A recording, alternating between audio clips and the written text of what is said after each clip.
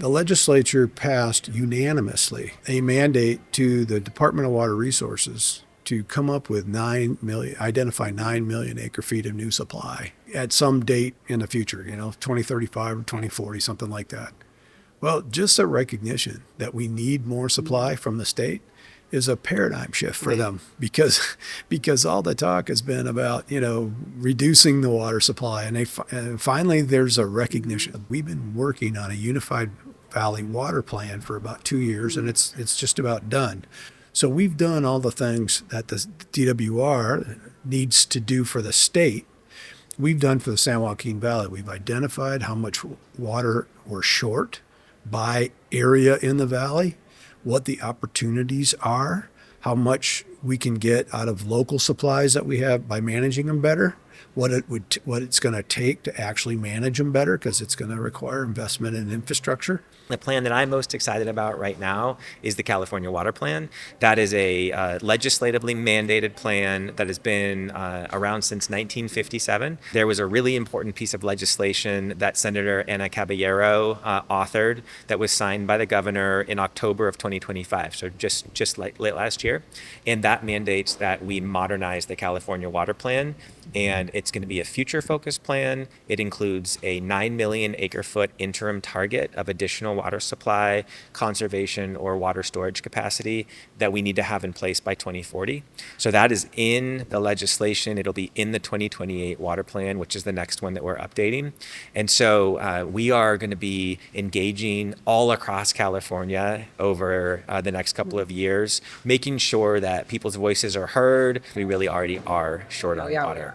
So that's why the integration is really important. We have to think of new supplies, new projects, new policies that can help us have a resilient water supply for all those important things like ag and urban and the environment and tribes and recreation. But we have to do that in new ways because we don't have the snowpack anymore in the way that we used to. Right. It was good to have a lot of stakeholders in the room. I think it's important to have, there's no exclusivity on good ideas. And so it's good to have, differing viewpoints there when folks can share that, and it's also people aren't trying to be too judgmental, and you can actually work towards common purposes, even if they might be narrower than what you might like. Right. It's good to have all the voices there, because when you get to Sacramento, you're going to have the other side's perspective a lot of times. They shouldn't see each other as separate or against each other, that farmers are against the local agencies or the groundwater sustainability agencies.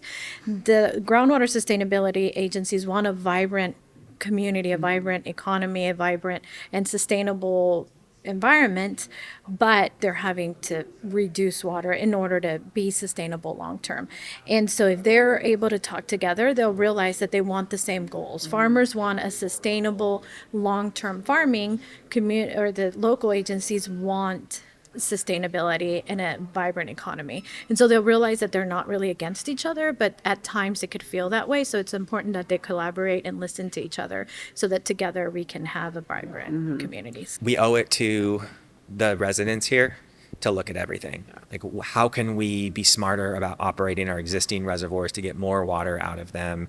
How can we be smart about how we use proposition dollars like Prop 4, the climate bond? And how can we give carrots to good projects? And how can we help make what is a really difficult situation just less painful for this area? And also, how can we prepare this area for these weather extremes that are already happening and will continue to happen if our models are accurate, and get ahead of it and be proactive? And so that's our commitment, is we want to give tools to everyone who lives in the San Joaquin Valley to help them be successful and meet their goals. I would really encourage ag stakeholders to pay attention to this water plan process. This new legislation is changing the game. This is not the same water plan. It is going to be very impactful to the future of the state, all sectors, if we do it right. And what I'm excited about is that DWR has a really incredible team that is engaged in this plan, and we aren't working in silos the way that we used to. It used to be flood did flood things, and groundwater did groundwater things, and planning did planning things, and we didn't really have a lot of matrixed work going on. But now that's really changed, and That's due to the leadership of Director Carla Namath, who's been with DWR for 8.5 years now.